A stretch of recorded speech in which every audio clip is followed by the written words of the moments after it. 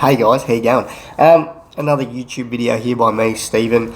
Not on any. I approach everything with an unbiased opinion.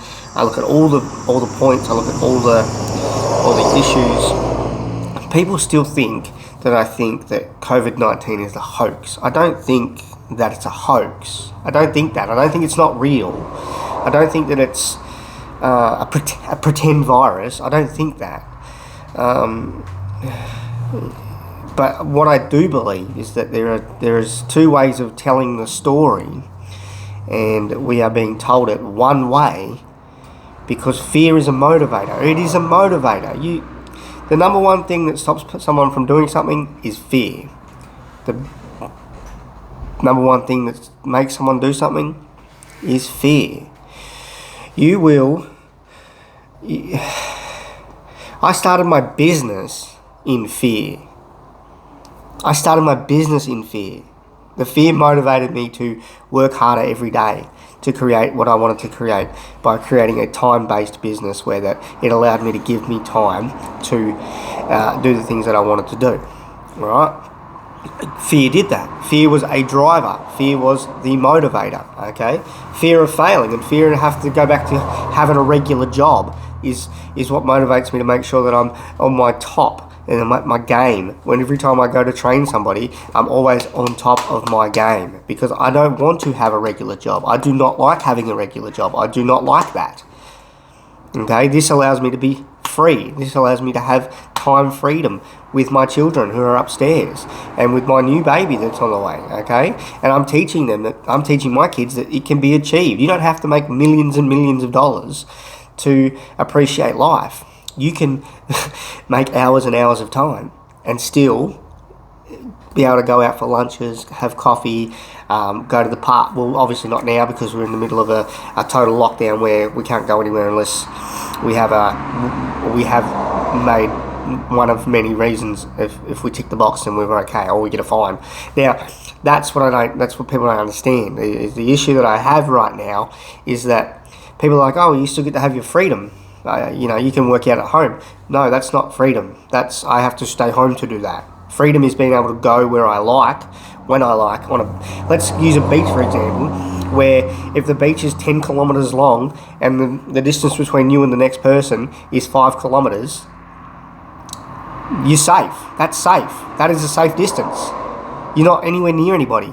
If you want to go to a park and there's 3 or 4 people there and it's 20 square meters, and you've all taken up a 5 square meter spot, there's only 4 of you, that's safe. That's safe. Okay? Alright? It's about common sense and rationality. Okay? I don't like this because I feel uncomfortable with the fact that I have to justify myself as a free person. I have to justify why I'm going. If it's an if thing though. So if I get pulled over, now I have to justify it. Okay? Before, if I get pulled over, okay, was I speeding? Maybe I was. Maybe I was doing 5 to 10 kilometers over the speed limit. Maybe. Did I run a red light? I might have. I wasn't paying attention. Okay? I can understand being pulled over then. I can understand that. I can comprehend that because I did the wrong thing. This COVID law is just creating more mental stress for people, and I'm suffering from it because someone asked. The only person yesterday is a friend of mine that I've known since primary school. And the only person on my status yesterday before I deleted it was actually asked me if I was truly okay. The answer is no. The answer is no, I'm not okay. Because I'm not okay with having to justify myself to where I want to go and what I want to do and how I want to get there. I'm not okay with that. That's a mental thing for me. I can't comprehend that. I'm a human being. You're a human being. You're watching this. We have the ability to watch, speak, and hang out with anybody in the world through this single device and a single program or app. Okay, that's not going to cut the mustard in 2021. We're still going to have human interaction. That's how we work. Okay, that's how we work as humans. We still need the interaction. We still need to be around other people that are like us. We still need to be in the same room as those people. So I don't think social distancing is going to I think it'll be eased, but it won't be eased as much as everybody thinks it will be. There'll be restrictions for the next, I'd say, 12 months on how many people can go into a building, how many people can go into a supermarket, how many people can go into a line, and how many people can. And 1.5 to 2 meters will become normal for people. It's already normal for me because I already have social anxiety. When I already went to the supermarket before this, the people are like, yeah, but so you're prepared. I'm prepared for the fact that I already know that I have to stay 1.5 meters away from someone because I already naturally fucking do it. What I'm not prepared for is mentally accepting the fact that at any given moment of any given time, if I'm driving to the shop, I have to be pulled over and asked and justify myself as a free person, as a human being, to be able to go where I like and what I want to do.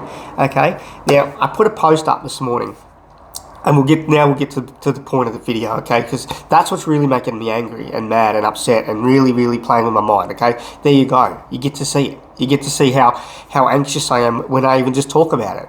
When I talk, my wife asked me if I could go to Kmart and this morning and get some gumboots for our kids. It's a necessity because they're wrecking their shoes when they go outside and play in the backyard. We live on a hill. It's damp. It's red dirt, so it's fucking shit, and it's messy, and they're wrecking their shoes that they have to wear to school for PE. They have to, because that's all they have, right? Because normally we just come home after school, we chill out, and we don't unless we go out somewhere, right? We can't go anywhere now, so we're stuck at home, and we had to get some gumboots. It's wishy-washy. Is it really essential? Well, it is actually, because my kids' mental health is a concern to me, and I need them to be outside and playing in fresh air and in the sun because that helps them. All right. Also, we also know how vitamin D works. Okay, it's a great source. Okay, so what my point is of this very video is that there are two sides to a story. There's two sides to how to tell a story. You can either tell a story so you scare people, right? So I had a friend this morning tell me though, oh yeah, but they've shared those facts. They've shared them, but they've pointed out the negative facts. Okay, right? The death toll now has risen by 4. The death toll, that's a negative death toll. That's negative on someone's brain. Death toll increased. Now that raises awareness, heightened awareness. Death toll increase. Oh shit! I better perk up. I better listen. All right, because I'm already scared to go to the shop. So now I'm putting more pressure. Now they're putting more pressure on the brain and my mental state, and keeping me a little bit more anxious. This is what I don't like. All right, there are two. You can tell the story like that, and we all know why they're telling the story like that. There is another agenda. You seriously can't accept the fact that we have to stay home just because to keep people safe.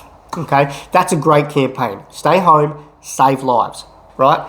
It rings bells in everybody's mind. It's a great campaign. If you know about advertising, you know about marketing, stay home, save lives is a great campaign. Do you know why? Because it switches the brain on to think, well, home is safe, and if I stay home and stay safe, I'm safe, and then I'm saving other people's lives. That's how that campaign works. It's to make you think you're doing the right thing by staying home. But I'm telling you now, in 6 months' time, when they say we're not lifting the restrictions because we're still flattening the curve, all right, because we know they're trying to eradicate it, which won't happen because we have a flu vaccination, right, and we still have 300,000 cases per year with a vaccination. We have close to 500,000 people in our population that still get the flu. We still have 18,000 people go to hospital. This is not going to change when they bring a vaccination in for COVID. People will still die because they have COVID and other related issues. Every person that has died has had something wrong with them. Okay, a friend of mine just said to me, he goes, hey, what about if, your pop or someone got this and they die? My pop is 80 fucking years old. Actually, he's older than that. He's close to 90. And this is not to be morbid, and this is to put it into perspective. Okay, he is already 90. Yes, I love him. Yes, I don't like death. Okay, I don't like it. I stay far away from death as I possibly can because I've watched lots of people over my lifetime already in 32 years die around me. I don't like it. I lost a really good friend when he was 18. Okay, my pop lost a really close friend and practically a family member, and I was 17. Okay, she was the last person I literally went and saw in hospital that was sick. I will not go to a hospital to see someone who is sick. He had another friend who was sick, and she asked me to go visit her, and I said flat out, no, I will not see you when you are sick in hospital. And she asked why. I said, because I can't handle that. I can't handle that. I just can't. Okay, I can't. People don't understand. I hope people start to understand why I am the way I am from when I post stuff. Okay, especially on Facebook. Okay, I like my freedom. Okay, and right now I have very little freedom. That's the point. Yeah, you can work out at home. Yeah, I can work out at home. But guess what? I actually really like going to the gym because as a free person, I have that right and ability to go. I don't have that right and ability to go anymore. That's been shut down. Okay, you like to go fishing. Yeah, but I have to stay within my municipality. So I have to stay in my little area. That's not freedom. That's not freedom. That's restricted freedom. Therefore, not freedom at all.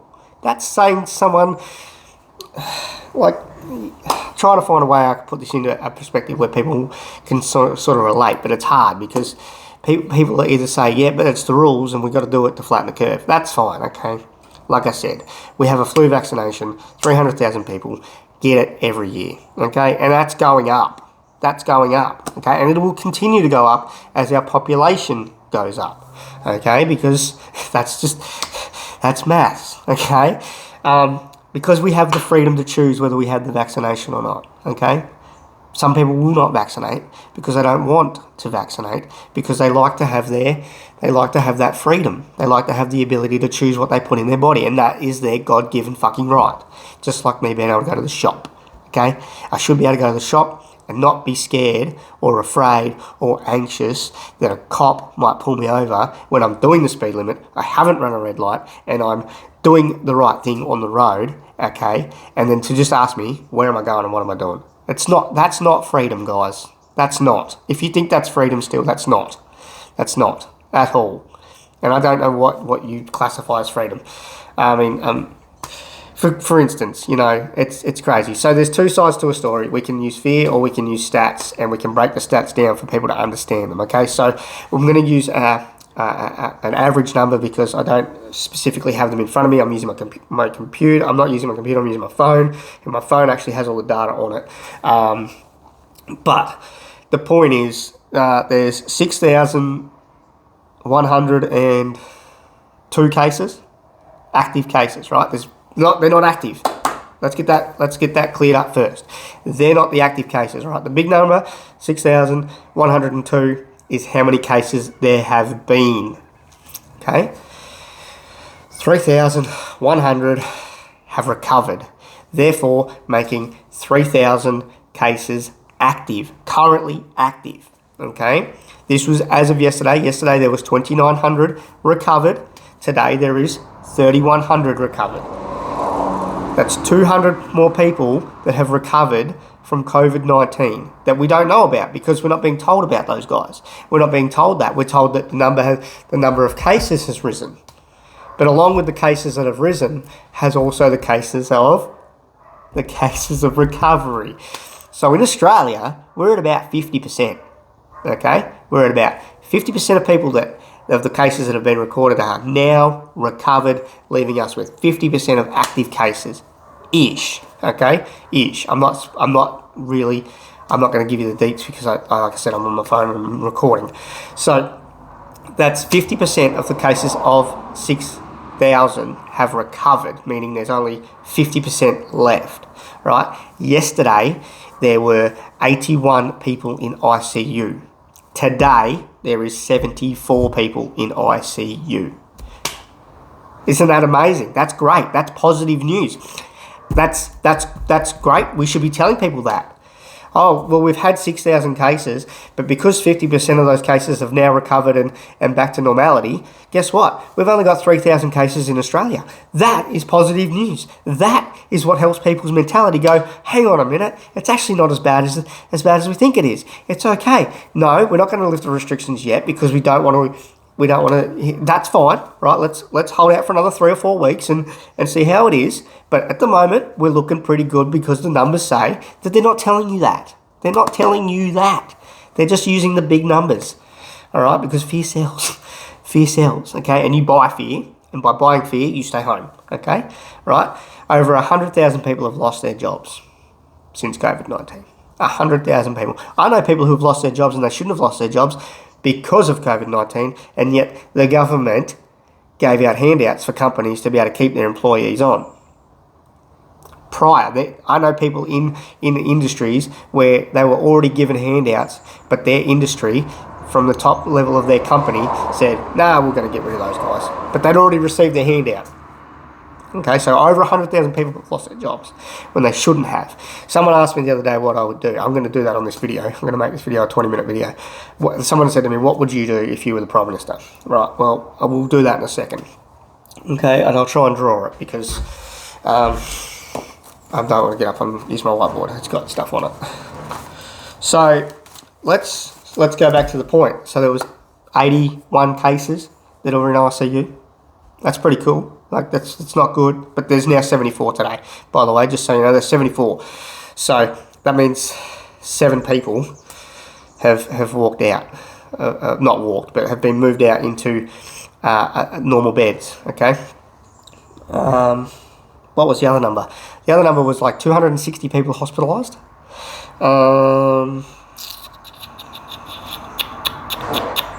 Which is 232 today from memory.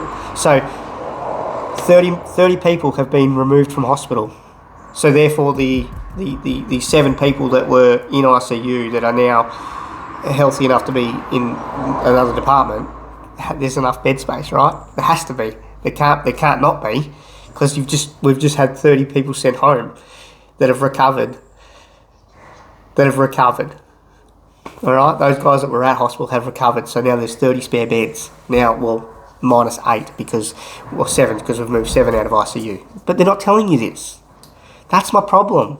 People are like, oh yeah, but you got to follow the rules. I'm following the fucking rules. It's not the problem that I'm not following the rules. I just don't think it's necessary that we accept it. And people, and if I did generalise it, and I did say the sheep but it's like a cheek and tongue moment, but at the same time, it's what it's meant. Like, the police are supposed to do the job. So when the police put out a post asking you, the citizens of Australia, to do the work for them, therefore they now are not the shepherd. It's an analogy, and then for the sheep, another analogy, because a shepherd works with sheep. Shepherd doesn't go and work, right? So now the flock will do the work for the cops. Okay? I'm doing the right thing. I'm not going anywhere. I haven't been anywhere near anyone that I believe I could put at risk for over 6 weeks. I had to explain this to my daughter 6 weeks ago. Hey, we're not going to go to Launceston for a very long time because Nanny and Poppy are much older than us, and if we go near them, we put them at risk. I had that conversation. So for you people out there that don't believe that I'm not following the rules, I actually am. And if you think that I'm just standing up. Because there are lots of people out there that have the same opinion and the same point of view as me, but they're afraid of being ridiculed, and they're afraid of being shut down. They're afraid of being told it's a conspiracy theory. Whatever you're thinking is conspiracy. I'm not thinking any conspiracy theories. Okay? I'm thinking of people's mental health. Because I'm suffering. I understand it. All right? Do you realise that big pharmaceutical companies, and I know this because I am a fitness professional and I have been educated in this, big pharmaceutical companies rely on a pill and not a cure. Do you know why? because it costs you more money to keep going back to get your prescription. I have clients that have stopped taking their prescriptions because they look after their bodies now, because they are fit, they are healthy, and they are strong. Not physically, mentally. I have clients that have been on antidepressants, blood pressure medication, diabetes medication, and they are not taking them because they don't need them. Doctors get paid every time you go and get a script. Doctors get paid. That's how it works. That's how it's always worked, okay? So if you're holding out for a vaccine, great. That's your decision. That's your freedom, okay? Let's talk about what I would have done if I was Prime Minister. First of all, you'd have to gather all the information that's at hand. So we're dealing with China, so we're not going to get the exact numbers we want. So we'd have to, first of all, play around and try and sort of make out an average of something around some. You'd have to overestimate, because you have to allow for the fact that China's not going to tell you everything, because they're a communist party. Okay, they're a communist party and they won't tell you everything. Okay, so what we do know is that it didn't make it to Singapore and it didn't make it to Beijing. Okay, that's kind of fucking weird, isn't it? With 1.6 billion people in a population, it didn't actually get very far from Wuhan, but it got to every single country on the planet. All right, so knowing that, okay, China's just World Health, and the World Health Organization and China said, oh, this isn't that bad. By the way, it isn't that bad. Well, it kind of is, because you've got people dying in the streets over there, apparently. So let's go off with what we think is happening, based on what we're being told is happening. So we know that China lied, and we know that they were lying at the start, and the World Health Organization were lying with them. So what we do is we go, right, China, we stop all your flights. Thank you. No flights from China. Zero. If you don't believe that the country can track where you've been, what you've been doing, and how you've been getting there, you are mistakenly fooled. Okay? The country, the government, knows where you are and what you're doing at all times. Do you know why? Because of your phone. Your phone and your location settings. Okay? How do you think they know how to send you a text message to tell you to stay home and stay safe? Okay? It's not hard. Okay? So they know where you've been. All right? So an emergency alert text message. If you are an overseas person and you are outside the country and you are in China, right? Come home immediately. All right? Immediately. If you fail to come home immediately and not comply, you will face a fine or whatever, okay? Whatever that may be. You don't know, because I haven't got the fucking figures, okay? Because I'm not the Prime Minister. But if I had the figures, then we'd be text messaging those guys to say, right, we've got this many citizens.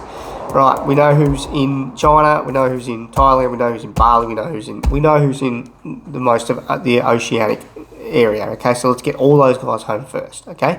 Shut the flights down and only send those guys home, all right? All the cruise ships, well, that was a mess anyway. Peter Gutwin fucked up. He didn't actually put the plans in place until 2 weeks after the citizens realised that their boat was still bringing in hundreds of tourists. But then he just squashed that with, hey, they're probably Tasmanians with big planes. Are we that stupid? Anyway, so as Prime Minister, though, close all borders for incoming international flights unless you are an Australian resident. So if you were overseas at the time of the announcement, you are to get your butt home. You are to come straight home and isolate. Not for 14 days either. I wouldn't have you isolate for 14 days. No way. I'd isolate you for 30. Okay? You'd have to stay home for 30 days. And you would not allowed to have any... And then that's where I would have brought in the enforcement. Right then. For those people. Okay? Right, let's say that A, B and C all get off a flight from China. Alright? Our police service, alright? Our federal police would be at the airport waiting for these groups of people. Then what we would do is we'd send them to a designated hotel that is fully booked out. Okay? The government would pay for this because that's the right thing to do. The government would make sure these people are comfortable, they are safe, and that they are making everything else work. Okay? So you've got all these people home and you're making them isolate because you've brought the federal police in. So these guys are being bus loaded to hotels. So let's say plane A comes from China and we've got 100 residents, 100 Australian residents coming from China, right? So we know that we need to make sure that the airport can adequately handle that, all right? So we test them people. We test them anyway, all right? We already know by fact that you can have the virus and not even detect through the normal protocol. I could have it right now, and we're not going to know because my temperature's fine. I'm not having breathing issues. I'm not coughing. I'm normal. You know what I mean? So I could have it. So, but what we do is because those people have been overseas, they are a at-risk person. So we prioritise those at-risk people from all around the country, all around the world. All right, doesn't matter how many people are on holidays. You fly them into Sydney, Brisbane, and Melbourne. Okay, and you pack out hotels for them so that they can stay there for 30 days. And you look after them. You take care of them. You make sure they're fed. You make sure that they are entertained. You make sure that they are doing the right thing. Okay? And at the end of the 30 days, once they've served their 30 days, and let's say, well, let's not check in a halfway point, okay? Let's say that the person at halfway, 14 days, has now started to show symptoms. We just extend that person out in the hotel, okay, in their room. Okay, we extend their stay for another 20 days, okay? That's what I would have done if I was Prime Minister. I would have looked at all the facts, and I would have looked at all the issues, and I wouldn't have listened to China, and I wouldn't have listened to the WHO, because we all know what the WHO's agenda is, okay? Even the government knows.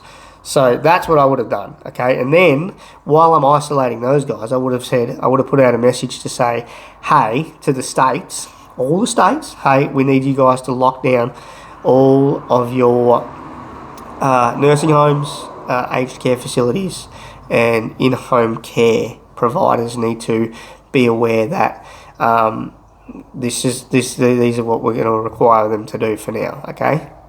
Okay, but if we'd locked down all the international flights and stopped them all at the start for a 30 to 40 day period, we would be probably working as per normal, all right? It wouldn't have been swept under the rug. You might have got a few cases here and there that might have slipped through, but if you'd done it properly the first time, then maybe we wouldn't be me on a live trying to explain to you what I think I would have done, all right? And if I was Peter Gutwin, which I'm not, because he's a slime ball and I don't like him, I would have just stopped all incoming flights for people, all incoming traffic, okay, all incoming traffic, unless it's stock, okay, unless it's goods and supplies, i.e. sea road, i.e. cargo planes, i.e. mail, okay. So I wouldn't stop that, but I would have stopped people from coming here because that makes sense. As far as the cruise ships go, they all should have sat at sea, okay? They should have all came in at halfway point. They should have all had medical people go on board. You could have even dropped choppers out to them and put people, drop medical people onto the ships to do the rounds and check on the people and then fly them back out. You could have done that, all right? We have the resources. I mean, we've got a pretty good army. We've got a pretty good Navy, and we've got a pretty good Air Force. I mean, you can't say we couldn't have done that. We can, okay? We have all these extra hands in the ADF, okay? We didn't use them at the start when we could have. Okay, it might have looked drastic, and it might have felt a little bit drastic, but it wouldn't have felt like it does now, where you have to look over your shoulder to make sure there's no cop walking up your driveway to make sure you're staying home at Easter time, right? You don't have to look over your shoulder when you go to the supermarket to buy something because you need something. You need it. You need milk, you need bread, you need an essential item, you need gumboots.